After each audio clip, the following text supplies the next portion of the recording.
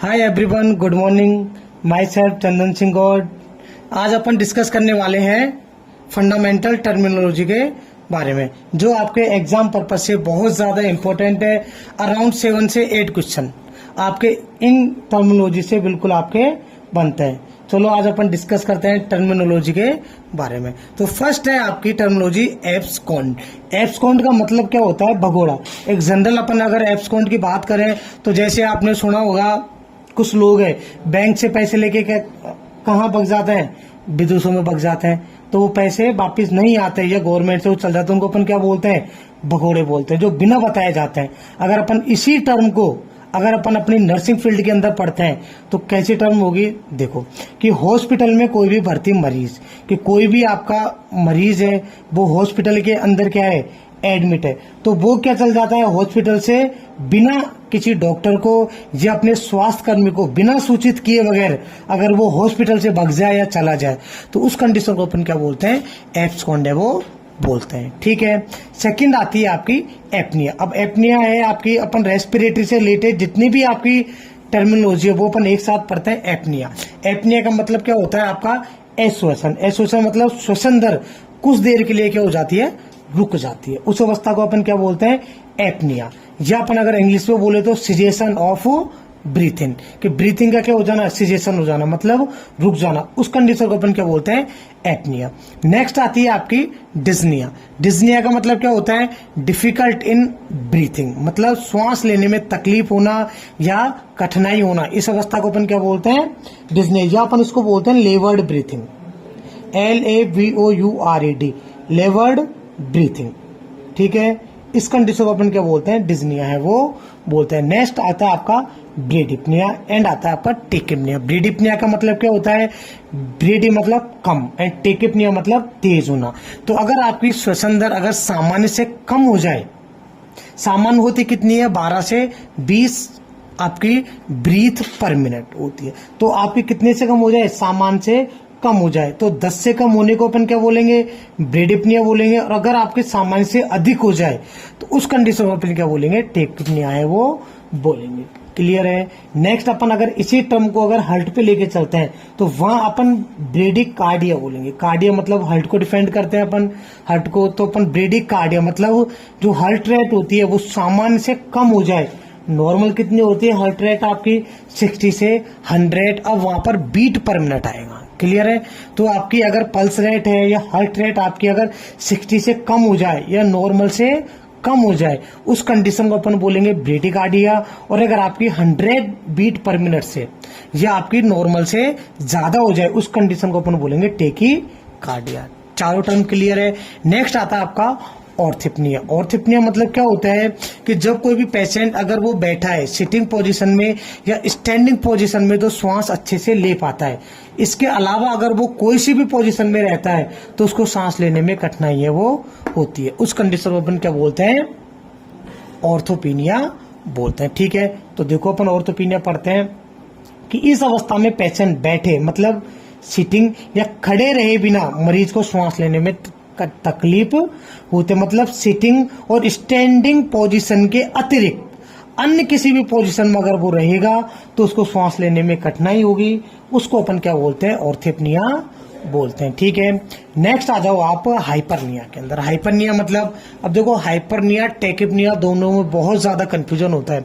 हाइपरनिया का मतलब भी क्या होता है? आपका श्वास रेट में वृद्धि होती है, और टेकिप्निया का मतलब भी आपकी श्वास दर में वृद्धि होती है। बट हाइपरनिया में उसकी रेट एंड डेप्थ, मतलब जैसे बड़े लोग होते हैं वो जोर जोर से गहरी सांस लेते हैं, वो कंडीशन क्या कहलाती है? आपकी हाइपरनिया है वो कहलाती है। तो हाइपरनिया के अंदर क्या होगा? रेट एंड आपकी डेप्थ, इन दोनों के अंदर क्या होगी?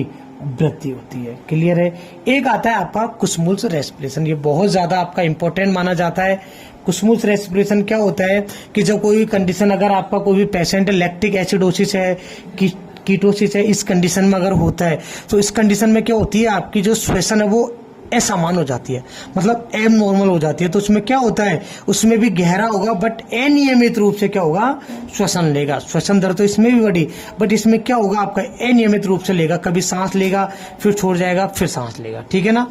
नेक्स्ट आता है आपका स्ट्राइडर। स्ट्राइडर कंडीशन क्या होती है कि श्वसन दर के दौरान उस पर हार्श एंड वाइब्रेटिंग साउंड, जैसे वो बोलेगा या श्वास लेगा तो उसमें क्या होगा, आपके लंग्स से आपके वाइब्रेटिंग साउंड सुनाई देते हैं या श्रील आवाज आपको सुनाई देगी। उस कंडीशन को अपन क्या बोलते हैं, स्ट्राइडर वो बोलते हैं। अब आप इसको क्या कर सकते हो, नोट डाउन कर सकते हो इजिली। आपका एस्पॉन्ड क्या होता है, एस्पॉन्ड का मतलब क्या होता है, भगोड़ा।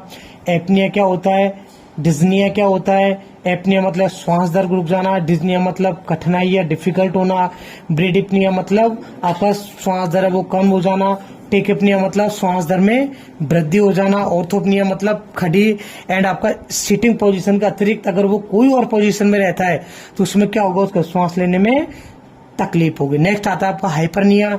इसमें भी आपकी श्वसन दर में वृद्धि होगी बट इसके अंदर आपकी रेट एंड डेप्थ भी आपकी बढ़ जाती है। एक आता है आपका कुस्मुस रेस्पिरेशन एंड आपका स्टाइडर, जो अपन ने एक एक करके पढ़ लिया, तो आप इनको नोट डाउन कर लेते हैं। फिर अपन चलते हैं नेक्स्ट टर्मिनोलॉजी के ऊपर। तो आपकी नेक्स्ट आती है आपकी ब्रेडिकार्डिया, जो मैंने आपको अच्छे से डिफाइन करी थी कि ब्रेडिकार्डिया क्या होता है कि हार्ट बीट का या पल्स रेट का सामान्य से कम हो जाना या 60 बीट मिनट से कम हो जाना क्या कहलाता है, ब्रेडिकार्डिया।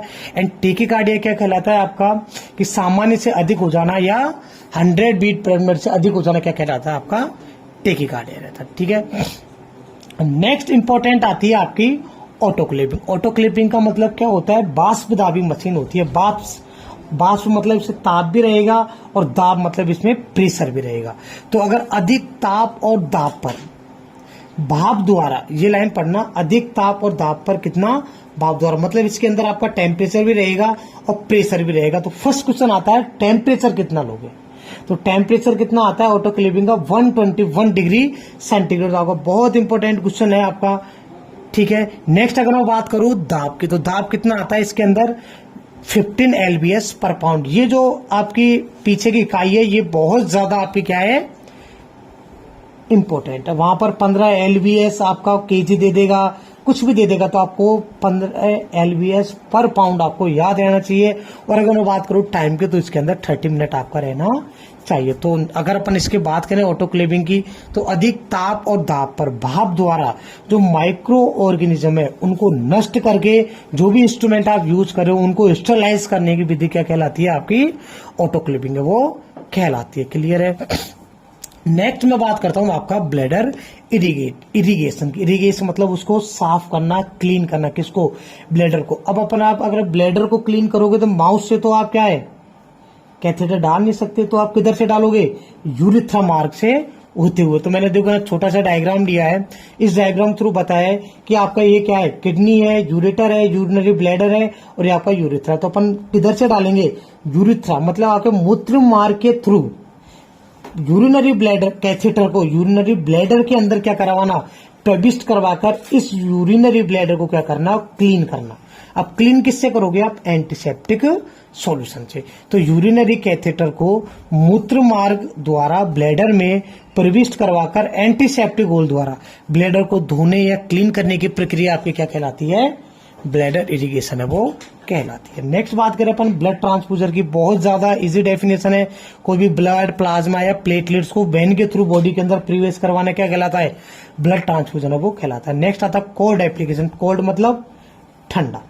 तो आपकी जो बॉडी है उस पर आपका जो नॉर्मल टेम्परेचर होता है उस टेम्परेचर से कम वाला टेम्परेचर किस में जाएगा, कोल्ड के अंदर, और उससे ज्यादा वाला टेम्परेचर किसके अंदर जाएगा, आपका हॉट के अंदर। तो डेफिनेशन कैसे बनेगी कि स्किन के सामान्य तापमान, जो आपका स्किन का जो टेम्परेचर रहता है उसके कम तापमान वाले किसी भी एजेंट या घटक को आपकी स्किन पर अप्लाई करना क्या कहलाता है, कोल्ड एप्लीकेशन है वो कहलाता है। अगर मैं हॉट की बात करूं तो सेम डेफिनेशन है बट आपका क्या आ जाएगा, ऐसे घटक जो आपकी जो सामान्य तापमान है उससे अधिक हो, ठीक है ना, और उसको क्या करना, स्किन पर अप्लाई करके बॉडी के अंदर हीट जनरेट करवाना, वो क्या कहलाता है, आपका हॉट एप्लीकेशन है वो कहलाता है। अब नेक्स्ट लास्ट आती है आपकी साइनोसिस, जो आपको सबको ही पता है।